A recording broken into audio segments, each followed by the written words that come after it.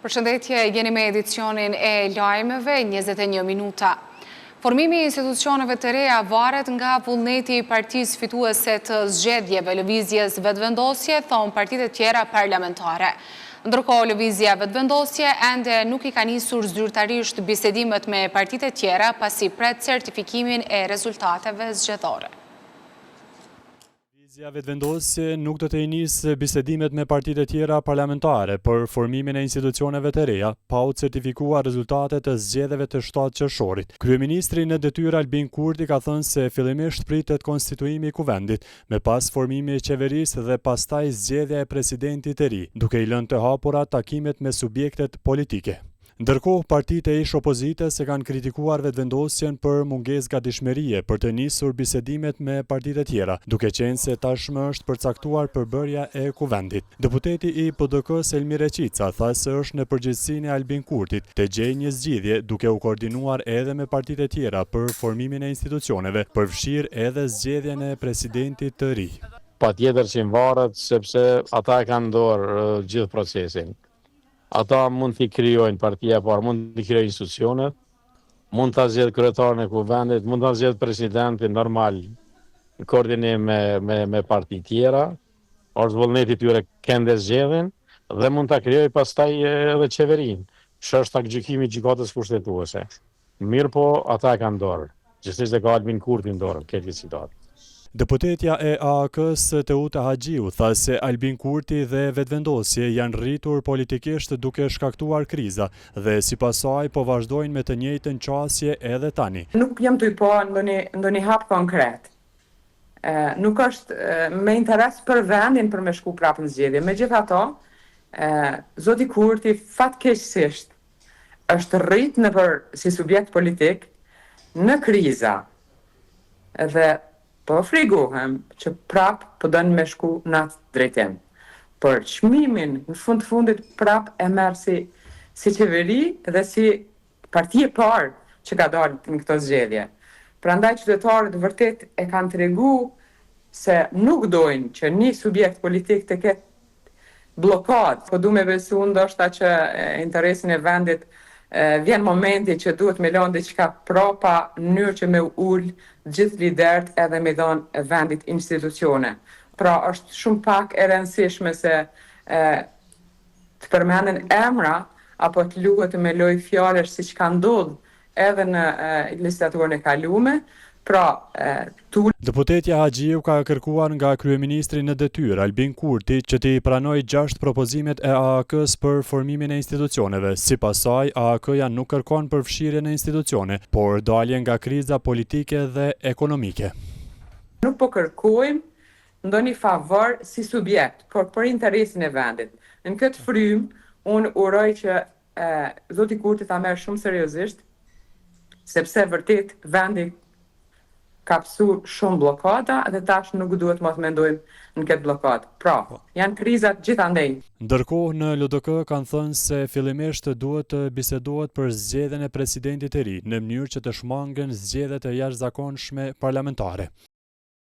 KQZ-ja ende nuk i ka certifikuar rezultatet e zgjedhjeve të 7 qershorit, pasi disa kandidat për deputet kanë dorëzuar ankesa në panelin zgjedhor për ankesa dhe parashtresa, lidhur me rezultatin përfundimtar të zgjedhjeve të shpallur nga Komisioni Qendror i Zgjedhjeve.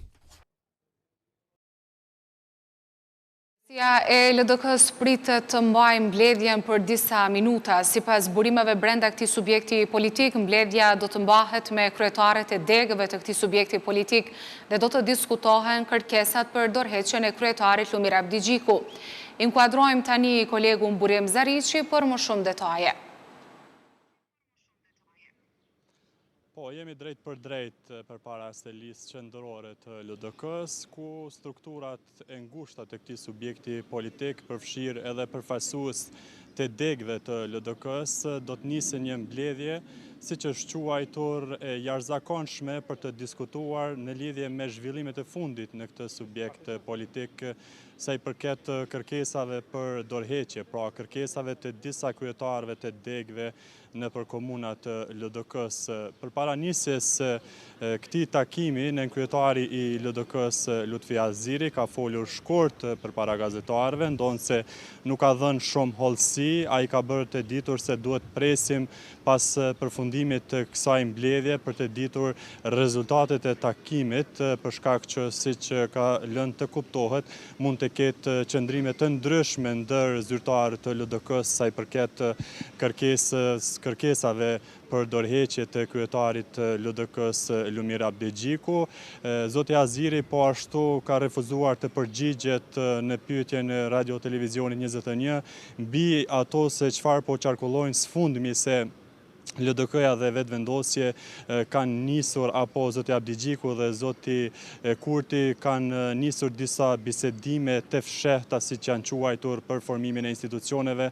Zoti Aziri nuk është përgjigjur mbi këtë pyetje, ai nuk ka dhënë po ashtu hollësi edhe sa i përket nëse LDK-ja do të bëhet pjesë për formimin e institucioneve në të ardhmen apo jo. Krejt kjo mbetet për të parë se çfarë do të vendos LDK-ja në këtë mbledhje të strukturave të saj, e cila është thirrur kryesisht për të diskutuar mbi shqetësimet që kanë shfaqur zyrtar apo kryetar të degëve të LDK-s pas rezultatit që kishte ky subjekt politik në zgjedhjet e qershorit. Do të qëndrojmë këto për të përquar zyrtarisht se çfarë është vendosur në këtë mbledhje, nëse do të merren parasysh kërkesat për dorëheqjen e kryetarit të LDK-s apo jo, kjo mbetet për të parë, por vetë kreu i LDK-s ditë më parë ka deklaruar se nuk e ka në mendje që të jap dorëheqje për shkak që siç ka vlerësuar ai, LDK ka shënuar rritje në këto zgjedhje të 7 qershorit dhe nuk ka vend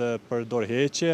Ai ka kërkuar madje nga subjekti politik fitues i zgjedhjeve vetëvendosje që të bëhet bashkëpunues sa i përket ndërtimit të institucioneve, me theks të veçantë sipas Lumir Abdexhikut duhet të flitet fillimisht për zgjedhjen e presidentit e më pas për formimin e institucioneve të reja, që sipas tij përmes një marrëveshje të tillë do të tejkalohet kriza dhe do të tejkaloheshin zgjedhjet e jashtëzakonshme parlamentare. Do të rilidhemi sërish nëse ka diçka të re nga LDK-ja.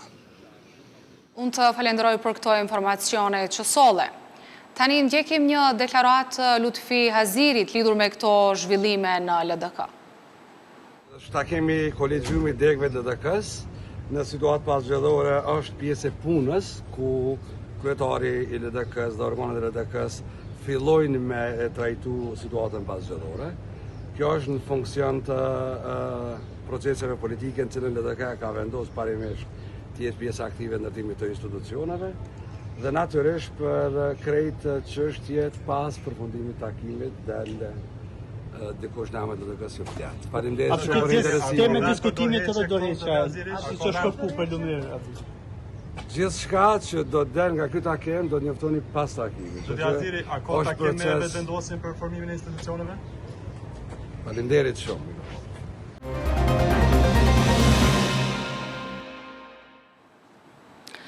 Një 32 vjeçar është vrarë me armë zjarri të dielën rreth orës 22:50 në një banesë në Ferizaj. Sipas njoftimit të policisë, viktima është identifikuar me inicialet FH, ndërsa vdekja e tij është konstatuar në vendin e ngjarjes nga ekipi mjekësor. Prokuroria themelore në Ferizaj ka njoftuar se për rastin është ndaluar një vajzë, si dhe babai i saj, siç thuhet deri në sqarimin e plotë të rrethanave dhe përfshirjes së tij në këtë rast. Lidhur me këtë rast, me vendim të prokurorit të shtetit është ndaluar e dyshuara në kozjatje prej 48 orësh për shkak të dyshimit të veprës penale vrasje sipas kodit penal të Republikës së Kosovës. Gjithashtu është ndaluar dhe babai i saj me inicialet MB deri në sqarimin e plotë të rrethanave dhe përfshirjes së tij në këtë rast, thuhet në njoftimin e prokurorisë. Sipas policisë, vajza e dyshuar është AR, 24 vjeçe, ndërsa babai i saj është MB, 48 vjeçar. Policia ka njoftuar se e lënduar në rast është edhe e dyshuara AR, e cila thuhet se mbetet në trajtim mjekësor në QKUK.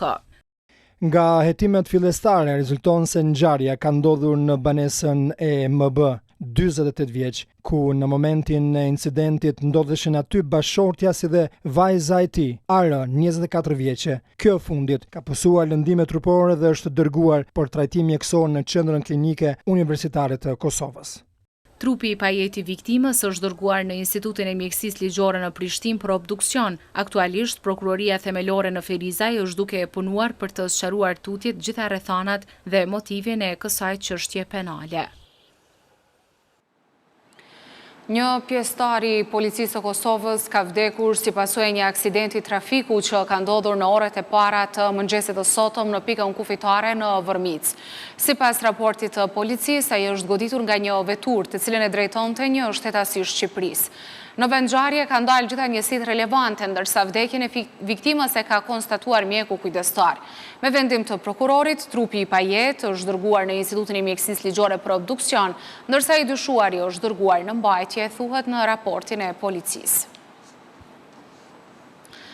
Ka përfunduar seanca e rigjykimit në rastin e padis Faruk Kukajt kundër komunës Prishtinës për diskriminimin, ku mbrojtja e tij kërkoi që gjykata ta aprovojë në tërësi padin dhe ta obligoj komunën të paguajë mbi 321.000 euro dëm shpërblim për dëmin material dhe jo material të shkaktuar.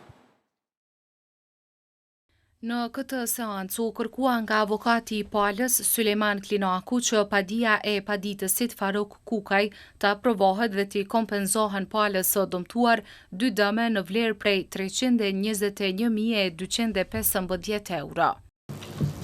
Detyrohet e palitra që të bëj shërbimin e dëmet, bëjt kompenzimin për dëmin material për karros, për një asistent nga vëqi 2015 dhe në datën 14/9/2022, shumën sipas pogës minimale të atëhershme në vlerë 240 euro dhe në total shumën prej 21.000 euro, si dhe dëmin e material për dhimbjet shpirtërore dhe frikën e përjetuar të paditësit për periudhën nga fillimi i vitit 2015 deri në datën 14/9/2022, dhe atë shumën e përdeshme 300.000 euro. Ndërsa avokatja që përfaqëson të komunën e Prishtinës, Kaltrina Velegu, ka kërkuar që kërkespadia e Faruk Kukajt të refuzohet si e pabazuar, sepse sipas saj paditësi nuk ka arritur të dëshmojë ekzistimin e diskriminimit dhe trajtimit të pabarabartë. Konsiderojmë se paditësi nuk ka arritur të dëshmojë ekzistimin e diskriminimit, trajtimit të pabarabartë, apo ndonjë shkelje tjetër të drejtës së tij nga ana e të paditësve. Velegu përsëri theksoi se prapë mbeten pranë pretendimeve të tyre, duke shtuar se pala e dëmtuar nuk ka arritur të provojë asnjë veprim diskriminues nga komuna e Prishtinës. Vlerësojmë se nga ana e paditësit nuk është provuar asnjë veprim diskriminues nga komuna e Prishtinës. Për këtë arsye, duke pasur parasysh të gjitha rrethanat e çështjes, i propozojmë gjykatës që kërkesëpadinë e paditësit ta refuzojë si të pabazuar. Në fund, gjyqtari i seancës Bleran Dërmoku tha se aktgjykimi do të përpilohet brenda afateve të përcaktuara me dispozitat e ligjit të procedurës kontestimore dhe i njëjti do t'u komunikohet palëve me kohë. Atër me qenë se përfaqësuesit autorizuar palën ndërgjyqëse kanë parashkruar shpjegimet përfundimtare, gjykata merr vendim, seanca e shqyrtimit kryesor në këtë çështje përfundoi. Aktgjykimi do të përpilohet brenda afateve të përcaktuara me dispozitat e ligjit të procedurës kontestimore dhe do të komunikohet palën në mënyrë të rrethë.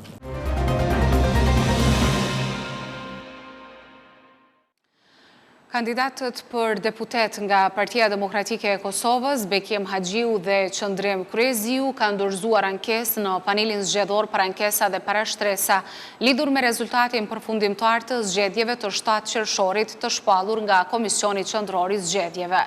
Haxhiu ka thënë se ky rezultat është i pasakt dhe si i tillë nuk duhet pranuar. Ai ka shtuar se rasti i ngjashëm kishte ndodhur edhe në zgjedhjet e 28 dhjetorit të vitit kaluar. Kurse kandidati tjetër për deputet, Qëndrim Kryeziu, tha se ligji nuk thot që të falen gabimet sa do të vogla qofshin ato. PZAP-ja ka afat 4 ditë për të kthyer përgjigje në ankesën e tyre. Bashkë me kandidatin për deputet Qëndrim Kryeziu, kemi dorëzuar ankesën në PZAP në rezultatin përfundimtar të publikuar nga KQZ-ja, për arsye se rezultati i publikuar dhe përfundimtar është i pasakt, i paverifikuar, tani më i pranuar dhe i evidentuar në 2 fakte esenciale të konfirmuar nga rinumrimi i 5221 votave të PDK-s, ku janë evidentuar 221 vota të regjistruara në regjistrimin fillestar gabimisht. Mua si kandidat në këtë rinumrim janë shtu 6 vota dhe ankesa është e bazuar dhe rezultati nuk mund të certifikohet si i pasakt, ai duhet jetë i sakt. Ligji e garanton që rezultati përfundimtar dhe i certifikuar duhet jetë i sakt.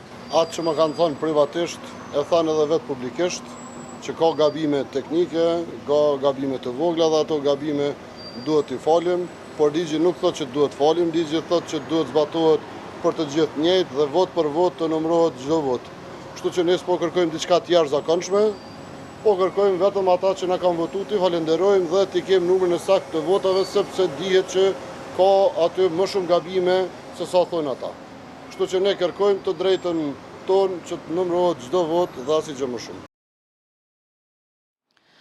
Lista serbe sot ka dorëzuar ankesë në panelin zgjedhor për ankesa dhe parashtresa kundër rezultateve të zgjedhjeve të jashtëzakonshme parlamentare të publikuara nga Komisioni Qendror i Zgjedhjeve. Sipas listës serbe janë bërë parregullsi serioze që kanë ndikuar drejt për drejt në ndarjen e mandateve të rezervuara për popullin serb. Në ankesë pretendohet se Partia për Liri, Drejtësi dhe Mbjetesë, udhëhequr nga Nenad Rashić, ka siguruar një numër të konsiderueshëm votash nga votues shqiptar.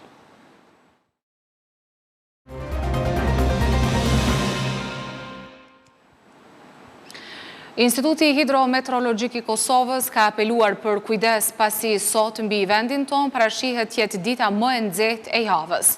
Sipas Institutit Hidrometeorologjik të Kosovës, temperaturat minimale lëvizin mes 15 dhe 18 gradë Celsius, ndërsa ato maksimale mes 32 dhe 38 gradë Celsius.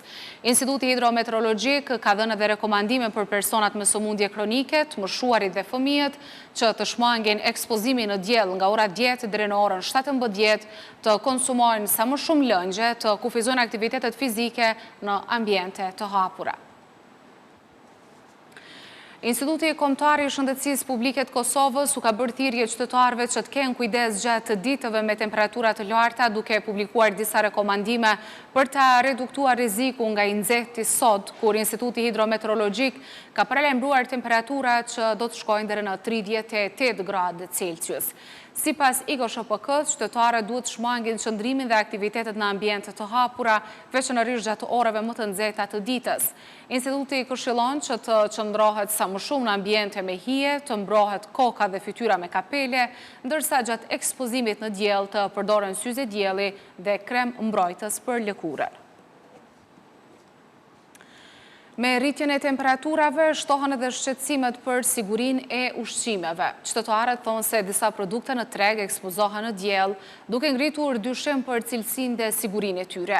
Drejtori i Shëndetit Publik në Agjencinë e Ushqimit dhe Veterinës, Flamur Kadriu, thotë se qytetarët duhet kenë kujdes që nga momenti i blerjes së produkteve ushqimore, gjatë transportit e deri te vendosja e tyre në kushte të përshtatshme në shtëpi. Një kujdes të veçantë duhet i kushtojmë edhe sigurisë së ushqimeve gjatë stinës së verës, gjithnjë për ta ruajtur shëndetin, i cili në këtë periudhë sfidohet nga shumë faktorë. Valla janë dyshimta. Dyshimta janë ushqimet, sidomos në këtë vapë, që mos kanë kujdes, mundën marrë të keqja helmemet të nëzirë. Sigurisht që duhet me kontrollu inspektorin që i ka detyrë. Si janë shumë të sigurta, vallaj, nga bapa nuk është frikë, domethënë me frikë edhe veç domethënë në shtëpi, domethënë, banesë nuk ka e jashtë, varet çara. Drejtori i Shëndetit Publik në Avuk, Flamur Kadriu, thotë se qytetarët duhet të kenë kujdes që nga momenti i blerjes, gjatë transportit të produkteve e deri te vendosja e tyre në kushte të përshtatshme në shtëpi. Inspekcioni, kontrolla ushqimit, domethënë niveli i sa është ushqimi i sigurt varet gjithmonë edhe prej operatorëve edhe prej konsumatorit, jo vetëm prej trupave inspektuese. Kështu që ndoshta ka jashtëzakonisht të qelluar që ta ngritem pak vëmendjen lidhur me ushqimet, sidomos gjatë këtyre temperaturave të larta. Po nuk mund të themi që nuk janë ushqimet e sigurta, mirë po ato duhet të mirëmbahen, sidomos ato që ju nënshtrohen temperaturave të ulta, ato të mirëmbahen në temperatura të ulta. Domethënë mishrat, produktet e ngrira qëndrojnë të ngrira, edhe ato të ftohura të qëndrojnë të ftohura. Domethënë nëse nuk respektohet kjo rregull e mirëmbajtjes temperaturës, atëherë mund të qenë edhe të rrezikshme. Mjeku Rëshit Ismaili po ashtu u bën thirrje qytetarëve që derisa të zgjasë vapa, të ushqehen shëndetshëm, të konsumojnë sa më shumë lëngje dhe të shmangin daljet gjatë orëve kur temperaturat janë më të larta. Në radhë të parë do të marrë sasi e mjaftueshme lëngjeve. E kam fjalën për ujin e pastër, jo për lëngjet e gazuar, jo për lëngjet që kanë sheqer. Kurse sa i përket ushqimeve, duhet të ndiqet një dietë e shëndetshme. Ne gjithmonë duhet të kemi kujdes për dietën tonë, po veçanërisht në këtë muaj të nxehtë, në këto temperatura të larta. Pasi që ushqimi mund të prishet, mund të kontaminohet lehtë, kështu që duhet të jetë një ushqim me bazë të perimeve. Në radhë të parë të shmangën kripa, sheqerat dhe ylërat. Qytetarët në vazhdimsi duhet të respektojnë rekomandimet e përditësuara të Institutit Kombëtar të Shëndetit Publik të Kosovës. Kur temperaturat rritet edhe rreziku i rasteve të zjarreve në natyrë, por nuk janë gjithmonë temperaturat e larta shkaku kryesor. Shpesh pakujdesia qytetare dhe djegja e mbeturinave krijojnë rreziqe. Vetëm në brigadën e zjarfikësve në Prishtinë janë regjistruar mbi 1000 intervenime në këta 6 muaj të vitit, ndërsa viti 2025 ishte viti me më së shumti intervenime në 2 dekada, tha Mal Gashi, komandanti i kësaj brigade. Sinët e tjera më të rrezikshme sa i përket intervenimeve të zjarfikësve për të shuar zjarre apo për të ndihmuar qytetarët në vënje të zjarreve? Çdo zjarr që paraqitet i ka specifikat e veta, e ka shkollën e rrezikshmërisë së vet. Numrin më të madh të intervenimeve po e kemi vit pas viti në zjarre fshore malore, ndërsa numër goxha të madh ka pasur edhe në intervenime në objekte. Tash shkolla e rrezikshmërisë për jetën e njerëzve o shumë e madhe, potencial ka për rrezikimin e jetës së tyre në objekte, ndërsa nuk është e pashmangshme edhe rreziku për jetën e njerëzve në zjarre fshore malore. Pra si numër është shumë i madh në zjarre fshore malore, por gjithsesi rreziku që e atakon drejt për drejt jetën e qytetarëve janë zjarret në objekte. Krahasuar me vitin e kaluar, me që kemi në gjysmën e vitit, është më i lehtë ky vit apo vitin që kemi lënë pas? Si numër të intervenime, pothuajse jemi aty para aty, mbi 1000 intervenime i kemi deri tash, edhe vjet i kemi pas kështu, por është një dukuri që në këtë vit ende nuk ka numër të lartë të intervenime në zjarre fshore malore. Pra po e them numrin shumë të madh. Vitin e kaluar brigada e zjarfikësve në Prishtinë i ka përmbyll vitin me 3020 intervenime, ndërsa zjarre fshore malore ka pasur që nga muaji i shkurt. Pra në këtë vit ende nuk ka numër të theksuar të zjarre fshore malore. A bën shkas temperaturat e larta apo është faktori njeri ai i cili po bëhet shkaktari i ndezjes së zjarreve? Temperaturat e larta e kemi thonë disa herë që ndikojnë në thatësi. Pra e thojnë edhe bojnë materie letëndese zjarren në zjarre fshore malore, por nuk ka drejt për drejt që shkakton zjarr. pa pasur diçka tjetër, nuk mund të zhvillohet zjarri. Ose duhet ketë mbeturina, ose mbeturina të ndryshme, gjama të ndryshme, cigare që hudhët vend e pa vend. Thirrja juaj edhe për qytetarët edhe për institucionet, cila është? Për qytetarët të jenë të kujdesshëm, në rast që shohin zjarr mund na lajmëru më njëherë, nëse janë në objekte me dal nga objekti vet, me qenë të kujdesshëm, nëse janë në objekt kur arrin ekipet e zjarrfikës dhe shpëtimit, vetëm uniformën e tyre duhet të ndëgjojnë për instruksione se çfarë duhet të bëhet, e jo të marrin nga gjithkush informata se çka duhet të veprohet në atë situatë. Pra le të shiqojnë uniformën e zjarrfikës, ai i cili i orienton le të bëjnë atë veprim vështirë dhe le të bashkëpunojnë me shërbimin e zjarrfikës. Këtu e përmbyllim këtë edicion lajmesh. Për më shumë informacione mund të klikoni në portalin tonë RTV21.tv dhe të vizitoni profilet e radio televizionit 21 në rrjetet sociale. Mirupafshim.